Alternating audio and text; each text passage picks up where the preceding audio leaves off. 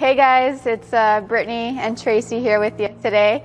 We're here to show you how our tug works on a Cirrus aircraft. We get lots of phone calls asking if we have a tug for Cirrus, and the answer is yes. We make one tug for Cirrus aircraft and one tug only. There's no other adjustments you can make to any of the other tugs.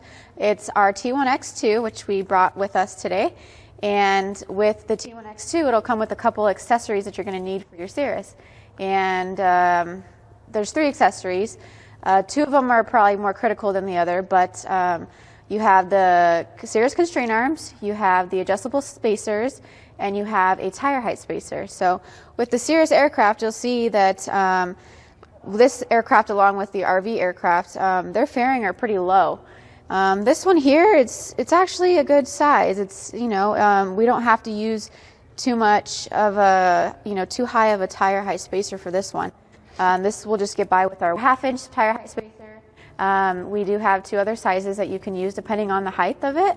And that's pretty much it. But the Cirrus constraint arms are really used for safety and security of your plane, just to make sure that it doesn't pop out of the cradle.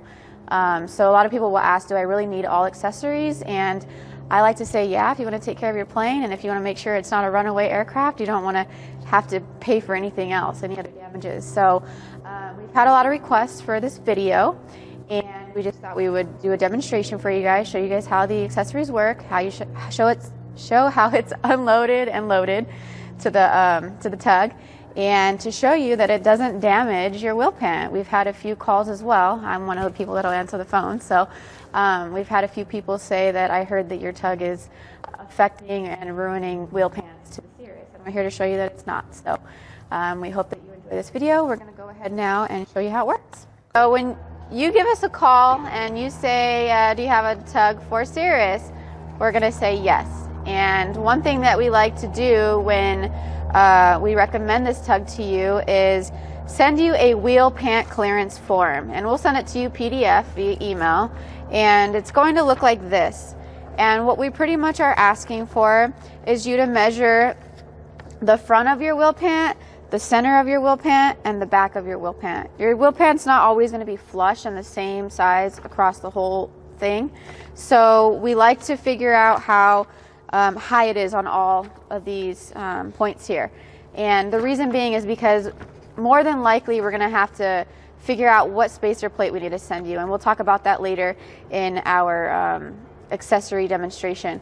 And so we need to figure out what size plate that is. We don't want to give you something too high, and we want to make sure it's not too low, because if it's too low, there is a chance that you will crack the bottom of the fairing, and we don't want that to happen. So this is why we take precaution and prevent that from happening. So we're going to go ahead now and show you how to measure those points, just in case you're wondering. And we do use inches here, so if you give us centimeters, we'll convert them. But we'll show you with a tape measure, so you'll want to use a tape measure or a ruler and do those measurements. So we'll go ahead and show you that now.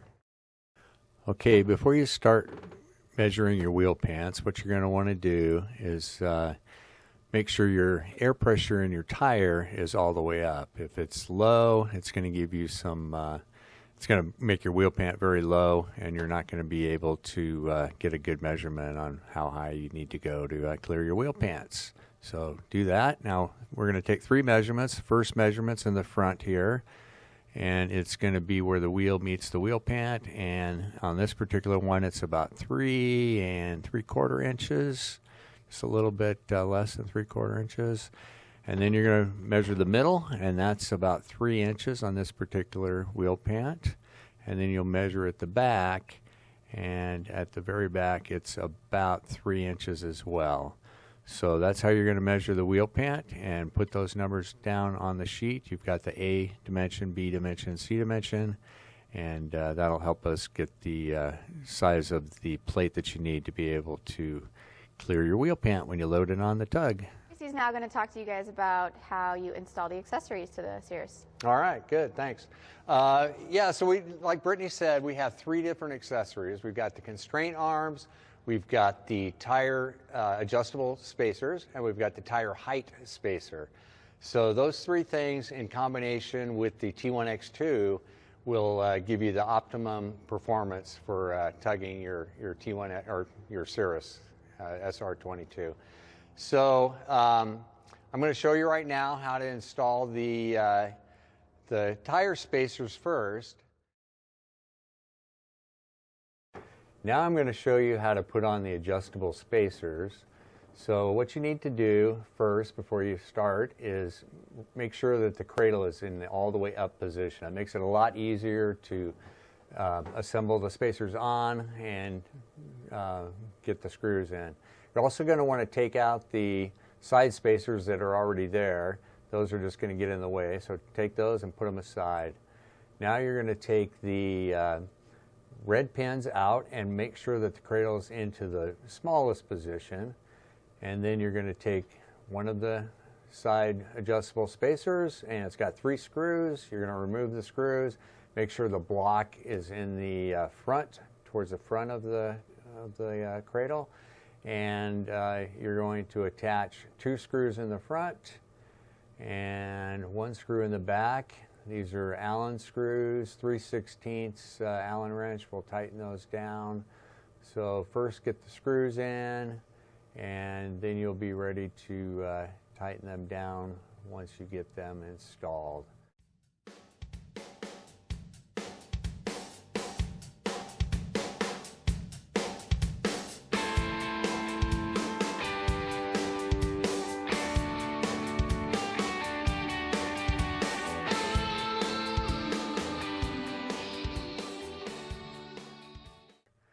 And once you have one side done, then you just repeat the exact same procedure on the other side, and you'll be finished with your installation. Now another thing you're going to want to do is set the spacing between your spacers at about 4 7/8 for your Cirrus tire width. And to do that, what you're going to do is loosen up these 2 screws on each side to be able to slide the black plastic spacer in or out. So once you loosen it up, you can measure then and get it at 4 7/8 and then tighten it down, and it should be perfect for the Cirrus tire. I want to show you how to install the constraint arms. So to do that, it comes with a Phillips screw and a nut, a lock nut that you're going to have to take off, and then you want to use a 7/16 wrench for that nut. And once you get that off, you're going to apply the constraint arm onto the top link on the cradle, and there's a hole, 2 holes. Put it in the top hole, and then apply the screw and tighten it down with a Phillips screwdriver and the 7/16 wrench. Get it snugged up almost all the way, and you just want it a little loose so that it can still be able to move back and forth. Okay, and then once you've got that one side on, do the exact same thing on the other side. Once again, you're going to use the 7/16 wrench, loosen the nut, put it in the top hole, and snug up the bolt with the wrench and the screwdriver. And then once you get that snugged up, and back it off just like a 1/4 of a turn so that it's loose. And that's it. That's all you need to do to install the constraint arms. Once you get your constraint arms and your adjustable spacers installed, you need to lower your cradle down. And to do that, there's 4 screws on the back. I like to do the back first. And there's 4 screws on the back that you're going to want to adjust. So you loosen those up, and then you just slide the cradle down and all the way into the down position, and then just snug the 4 screws back up when it's in the all the way down position, and then you move on to the front part of the cradle.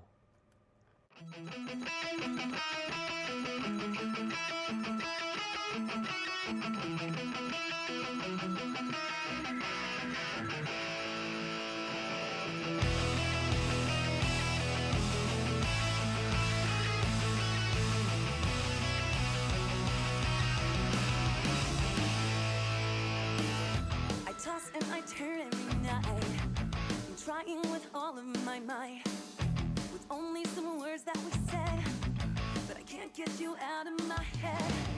Don't know how this went down. I'm not sure if I can stick around. I'm just trying to work it all out. I never thought this moment you would. Now your tug's ready for your Cirrus. So what you're going to do is come up just like you do usually and touch the front of the wheel, get it all lined up. Now you'll see it slips. There's no way it's going to load. All you do is put pressure here straight down. I'm not pushing that way. I'm going straight down and just enough,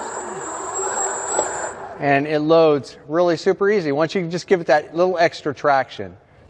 Okay, so now we're going to put the constraint arms on. What you're going to want to do is have the arms themselves in the down position, and then you put the pin into the hole, and then you pull this all the way back as far as you can, slide the constraint arm on now, and get it to click in. And that is one side, and I'm going to do the exact same thing over on the other side. You'll notice that this is bent, and it's all loaded up. What you want to do is have that as straight as possible. So there is an adjustment here. There's a screw, a Phillips head screw on both sides.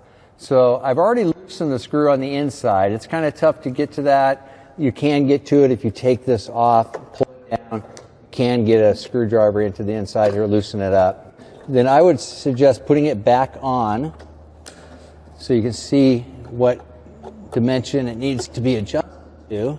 Loosen this side up.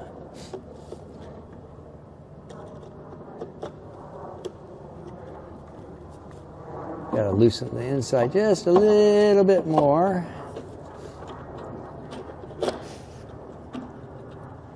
Okay, so that's in the all the way down position right there.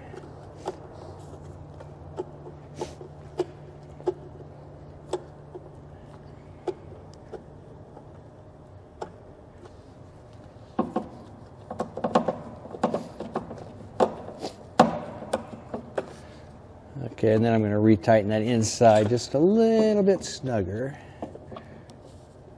Okay. Okay, so these are going to be different heights. This is in the all the way lowest position it can be, and so that's good. That's where you want it to be, in the all the way low position. If it's too tight, you know, then you've got some adjustment to go up, or really you can't go further down with it than this.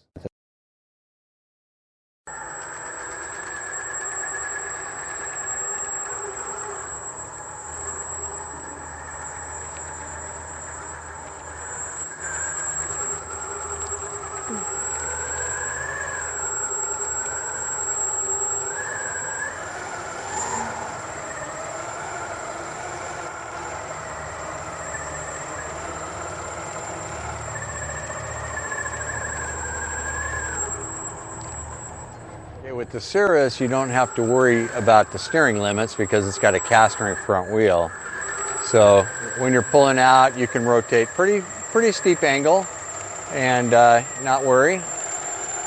And here Brittany's turning it, and she's doing a great job of pulling that plane out and getting it ready to go for a flight.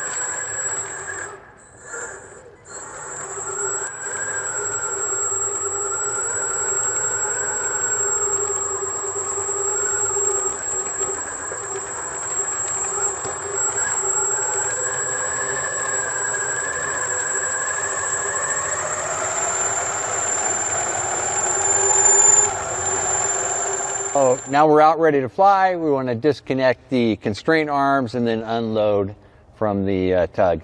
So to disconnect, you just pull these back. It's just the opposite of what you did before.